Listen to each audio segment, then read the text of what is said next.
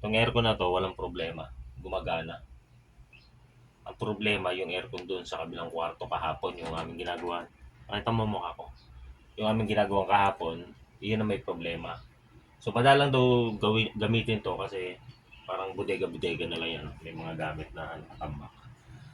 So, ang sira doon sa kahapon is yung board. So, kaysa bilan pa daw kasi sa China pa daw ito binili. Sabi ni Bossing, yung board daw nito, ilipat doon sa kabila. So, ganun po yung aming gagawin. So, ito, working. Kukunin yung board, dito transfer doon sa kabila. So, simulan natin guys, okay? Pakalasin muna natin yung mga cover sa harap, kagaya ng ginawa natin kahapon. And then, kukunin natin yung board dito. Okay guys? So, mamaya, pagkalas na, papakita ko sa inyo. Mga tornilyo dito, saka dito. So, maangatan natin to. Pero, kailangan natin tanggalin ng dahan-dahan ito. Ano? Huwag niyong bibiglayin kasi baka maputol yung ano. Maninipis lang yung wires na nakaano dito. Dahan-dahan lang. Yan, para maano. Tapos, ito may clip dito sa taas. Kailangan yung dekwate. Supportin nyo lang dito sa taas. Ayan. Yan, sisikwetin lang yan. Okay pa man. Apa? Apa, naglamig po. Pag nasikwat, okay na. Okay, pause natin. Tatanggalin nyo lang, gano'n. Pause mo muna, be. Ito. Sige. Yan po yung kanyang indoor board. Yung tornilyo sa bulsa para hindi na siya mawala. Yan guys yung indoor board. So, isasama ko na lahat. Sensor, itong mga ground na to. Ito, ang may iwan lang itong ano, itong fan motor lang. So, kalasin ko muna itong tornilyo na to. Medyo matigas tong tornilyo na to. Huwag nyo persahin kasi pag pinarsa nyo, pwedeng dumulis yung screw. Mabutas tubo, kaya dahan-dahan lang. So, ito na guys, nabuksan ko na. So, yung fan motor is nakakabit. So, pwede natin ito kalasin.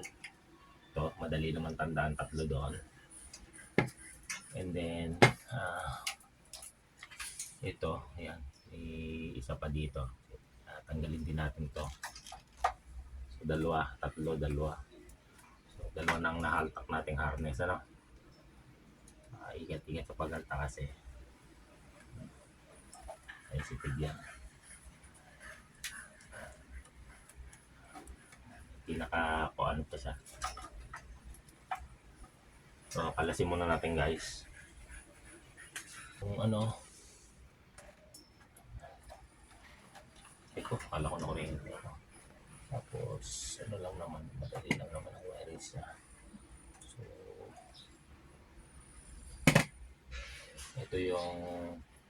ito yung kanyang ano, pinaka motor na malaki. So, tanggalin mo. Ayan, tanggal. And then yung groundings. Yung grounds. So, yung plug niya ito. So, iiwan na natin yung plug para yung pet hindi nakalasin. So, yung ground niya isa, and then so, color lang. So, dito sa blue, dito natin kukunin. Then yung isa, dito, ano naman siya, kakulay naman. So, naiwan na dalawang ground. So, ito, dalawang ground.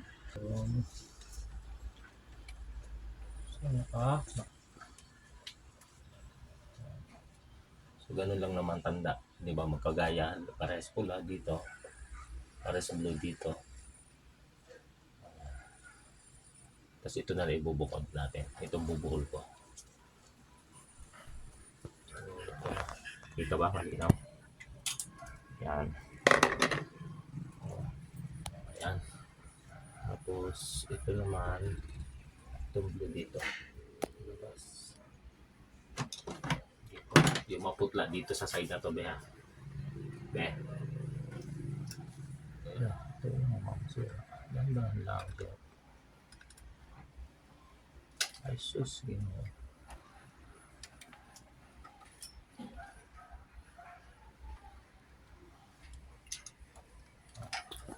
Tanda. Hindi mo. Okay guys, ito na yung board, natanggal na natin. So, make sure na tandaan nyo yung mga pinagbabaklas nyo para madali yung tracing nyo. No? So, ito na yung goods, dadalhin natin doon sa kabilang kwarto. Okay. Kita ba ko? Ito yung sirang board.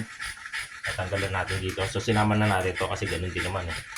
Para ano. So, baba ko muna and then post. So, ikakabit na natin.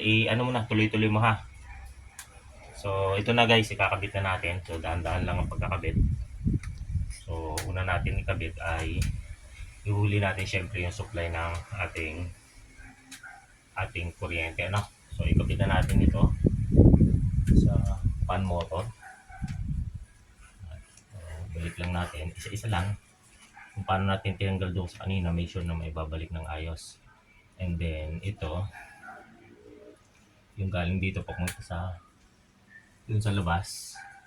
So, ito dito yung kanina sa relay, Omron relay.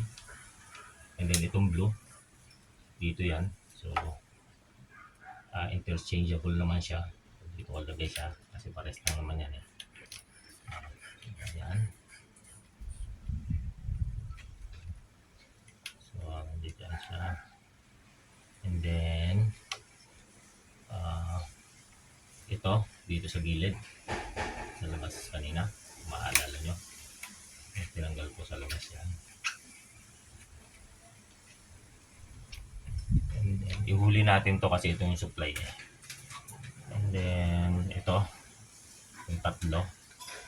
Para dito sa ating fan motor. Yan, nakabit na. Tapos ito, sa fan motor. Oo, sa fan motor din. Kapit lang natin. Kapit na natin. Make sure na lapat na lapat. And then, anong nawawala natin guys?